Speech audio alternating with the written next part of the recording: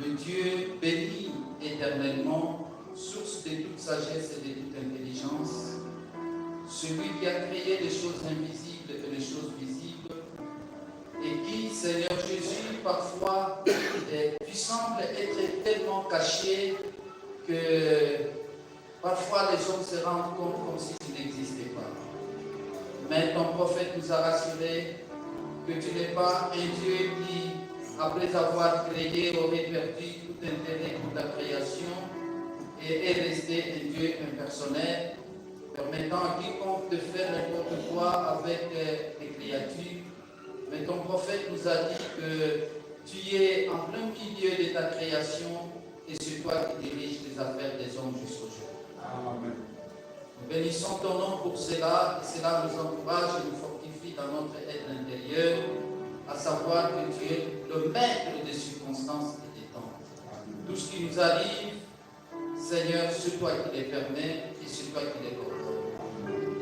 Je me souviens quand ton prophète est arrivé de l'autre côté et qu'il a été accueilli, il a dit, je voudrais voir le Seigneur Jésus. On lui a dit, il est plus haut, tu peux le voir maintenant.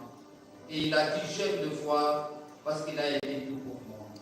Chaque goutte d'eau que j'ai eue, chaque bouchée de nourriture que j'ai mangée, chaque sou qui est passé par ma main, c'est lui qui me l'a donné.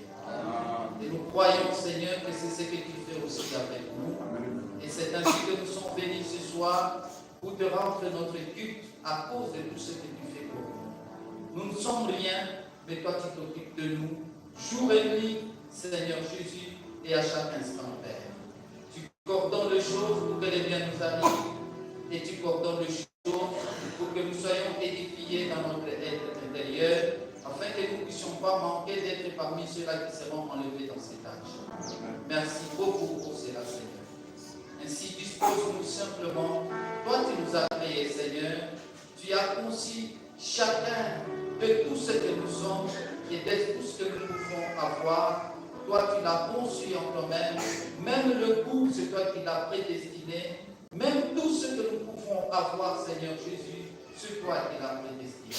Ainsi, nous croyons que tu nous connais mieux que l'humain et tu sais quoi faire pour pouvoir nous disposer, afin de pouvoir entrer dans l'esprit d'adoration et que nos âmes se retrouvent face à face devant notre Créateur et que nous puissions t'adorer, non pas des lèvres, non pas intellectuellement, mais avec tout notre cœur. Bénis aussi ton serviteur.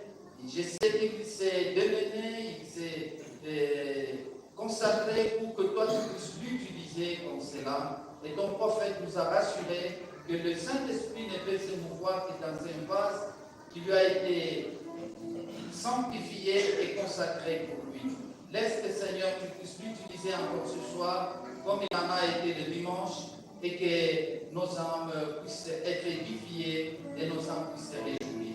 Que ta présence soit si intense parmi nous, et que tu brises toute la puissance de l'ennemi et tout obstacle, afin que seul le Saint-Esprit règne parmi nous. Que cette même colonne de feu, Seigneur Jésus, d'une manière invisible, puisse se mouvoir dans cette salle. Et je sais, Seigneur Jésus, comme le prophète l'a dit, que quand lui arrive, quelque chose de bien arrive. Amen. Notre Dieu, qu'il en soit ainsi, mets-le hors de lui-même et utilise-le. Mets également le conducteur des chants et toute l'équipe de musique, Seigneur, hors d'eux-mêmes, afin que ce soit le Saint-Esprit qui vient à travers tout cela. Et que toute l'Église également soit bénie.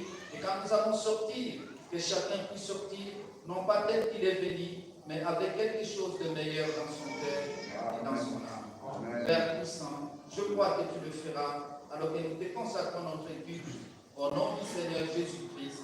Amen. Amen. Quel amour merveilleux, enseignement